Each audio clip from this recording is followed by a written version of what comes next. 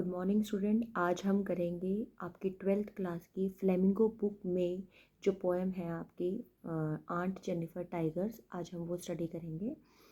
आप मेरे पास ये बुक है, इस बुक में से मैं ये रिसाइट करती हूँ और आपको लाइन बाय लाइन आपको एक्सप्लेन करती हूँ, राइट। आंट जेनिफर टाइगर्स, पहली बात तो ये पोएम लिखी किसने है ये आपको पता होना चाहिए। जो आंट जेनिफर टाइगर्स पोएम है, who is the poet? Adrian rich. ये एड्रिन रिच ने राइट करी है। एड्रिन रिच अमेरिकन पोइट है, 20th सेंचुरी की पोइट है।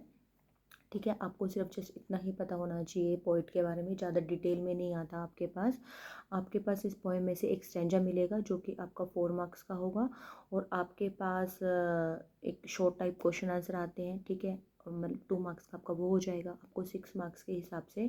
और अब सीबीएसई ने क्या किया है कि जो लॉन्ग आंसर टाइप क्वेश्चन आता है वो भी अब एक क्वेश्चन आपको पोएम में से मिलेगा, और जो इसके ऑप्शन में होगा वो आपको फ्लेमिंगो बुक के चैप्टर्स में से मिलेगा। तो दैट मीन्स पोएम आपके लिए बहुत ज़्यादा इम्पॉर्टेंट है। Now without wasting any time, we start the poem. Aunt Jennifer Tigers sprints across a screen, bright toppers denizens of a world of a green.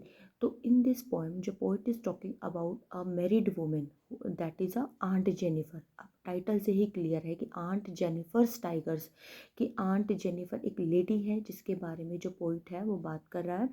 तो जो आंट जेनिफर लेडी है वो इस पोएम में क्या कर रही है? शी इज़ एम्ब्रॉयडरिंग, वो एम्ब्रॉयडरी कर रही है, एक क्लॉथ पे एम्ब्रॉयडरी कर रही है। ये मेंशन नहीं है, क्लियर नहीं है कि वो वॉल हैंगिंग के लिए है या फिर एक पीस ऑफ क्लॉथ पे कर रही है। तो एक पैनल वर्ड इसमें यूज़ किया हुआ है, ये स्क्रीन आप यूज कर सकते हैं कि जो आंट जेनिफर टाइगर है वो एक एम्ब्रॉयडरी कर रही है, एक स्क्रीन पर एक एम्ब्रॉयडरी कर रही है, जिसमें जो टाइगर है वो क्या कर रहे हैं? प्रेंस कर रहे हैं। प्रेंस का मतलब क्या होता है? जंप कर रहे हैं, right. Bright toppers denizens of a world of a green. अब जो टाइगर वो बना रही है, वो कैसे बना रही है? वो ब्राइट टॉपर्स है। टॉपर्स क्या होता है? एक ब्राइट येलो कलर का स्टोन होता है, ठीक है। तो उसके कंपेयर कर रही है वो टाइगर को कि वो जो टाइगर है वो ब्राइट येलो कलर के हैं।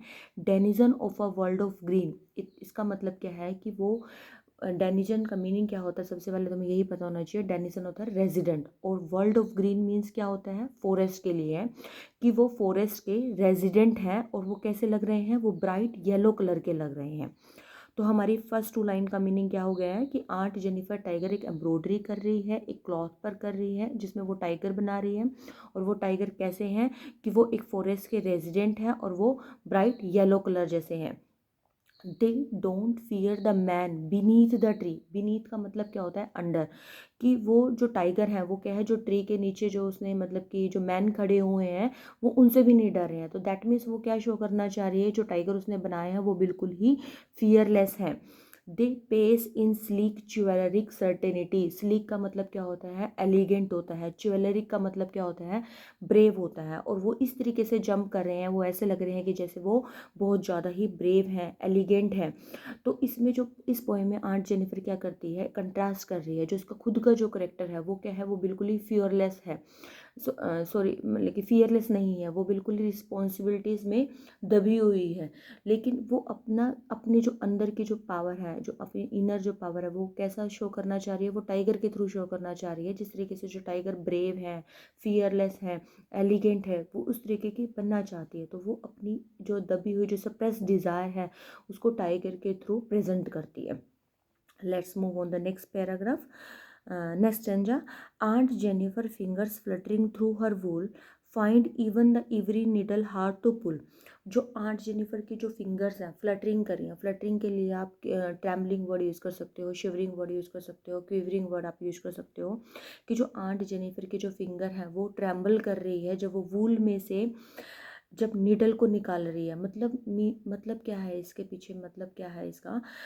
कि जो आंट जेनिफर इतनी मतलब कि रिस्पॉन्सिबिलिटीज़ में दब गई है, मतलब वो खुद कोई डिसीजन नहीं ले सकती है, कि जो उसकी जो लाइफ है अब उसको वो झेलना उसके लिए मुश्किल हो गया है, ठीक है। तो इस बात को वो किस तरीके से बताती है कि उसको वूल में से वो निडल भी नहीं निकाल पा रही है। तो दैट मीन्स वो उसकी जो लाइफ है जिसमें बंध चुकी है, बाइंड हो चुकी है, वो अब उसको कंटिन्यू करना उसके लिए मुश्किल हो गया है। The massive weight of uncle wedding band. अब इसमें अंकल वर्ड क्या है, एक सिंबल है। अंकल का मतलब क्या होता है, ऑप्रेसर होता है, ठीक है। वेडिंग बैंड क्या है, वेडिंग वर्ड क्या है, जो उसकी खुद की जो मैरिज है, तो उसकी जो खुद की मैरिज में जो उसने sits heavily upon Aunt Jennifer hand, जो उसकी खुद की शादी में जो उसने जो रिंग डाली है, अब उसको वो भी वेट लगने लग गया। दैट मीन्स कि जब उसके शादी के टाइम में जैसे हम जो रिंग डालते हैं और जो बैंड होता है वो हमें कितना सुंदर अच्छा लगता है, लेकिन जब वही हमारी शादी अगर अच्छी ना चले तो उसमें क्या होगा, वो उसको एक मैसिव मैसिव कहते हैं, बहुत ज़्यादा वो उसके लिए वेट बन गया है। Sits heavily upon Aunt Jennifer hand की, अब जो उसने जो रिंग उसने डाली थी शादी के टाइम में, अब वो जो शादी के टाइम में जो रिंग थी वो अब उसके लिए बहुत क्या है, वेट बन गया है। वो मतलब जो एनरिचमेंट ऑफ मैरिज है कि वो उसमें मैरिज में बन गई है। Now last stanza is, when aunt is dead, her terrified hands will lie, still ringed with ordeal she was mastered by, till tigers in the panel that she made will go on prancing proud the unafraid।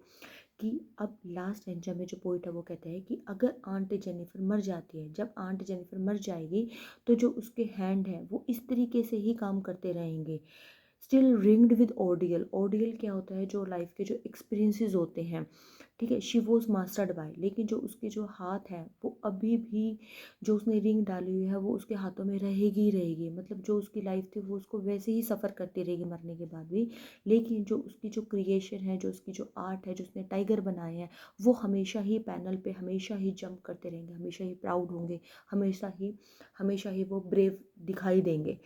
तो in conclusion में क्या बताना चाह रहा है कि जो ये पोएम है, this poem is talking about a married women who is entrapped in a marriage and और who is suffering the dominance of a male society. This is all about the poem. Thank you very much.